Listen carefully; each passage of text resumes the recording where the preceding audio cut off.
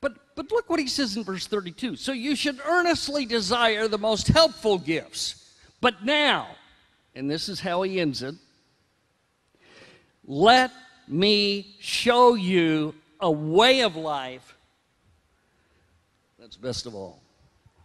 That's why I've called this the quest for the best. It is an incredible chapter that helps us to live life to the fullest, to live life with full meaning, to live a life of significance and a life of joy, okay? Now, this is the New Living Translation, so some of your translations might say this just a little bit differently, but if you take the context of the Scripture and the definition of the words and the translation of the words in the original language, this is what you've got. Let me show you a way of life that is best of all. That's how he ends chapter 12. He's talked about all of these gifts. He's saying every Christian has a gift, but not all gifts are for the same purpose, but all gifts are to encourage, admonish, teach the church. And so all of chapter 12 is a lesson in spiritual gifts. But he stops.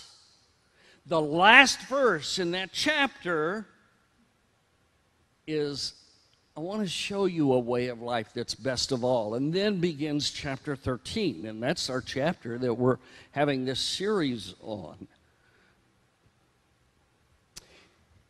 If I could speak in the tongues and languages of earth and of angels, but didn't love others, I would only be a noisy gong or a clanging cymbal. If I had the gift of prophecy, and if I understood of all God's secret plans and possessed all knowledge, and if I had such faith that I could move mountains but didn't love others, I would be nothing. If I gave everything I have to the poor and even sacrificed my body, I could not boast about it. And then here it is. There's the secret. Maybe this is why you're here today. He says, if I didn't love others, that's a little faded out up there. If I didn't love others, I would have gained nothing. That's your purpose in life, to love. Jesus said, listen, Jesus said in the Gospel of John, by this, all people will know that you are my disciples, that you love one another. Somebody talked about Vicky this morning. Who brought, Mary Lou talked about Vicky from across the street. It's just an incredible thing. She's a member at another church, and she comes over here quite often to help. She was here at our workday, which was wonderful. I had nightmares about it all night long. Tim, all night long, I was riding a lawnmower and woke up sore. I think more from my dreams than from the actual thing over here. But it was a blast. It was a blast. Now, Vicky comes over and helps. She spent the day with us over here. She comes over and helps clean the building. And one of the things she said to me when I was visiting with her yesterday, she said, this is such a loving church.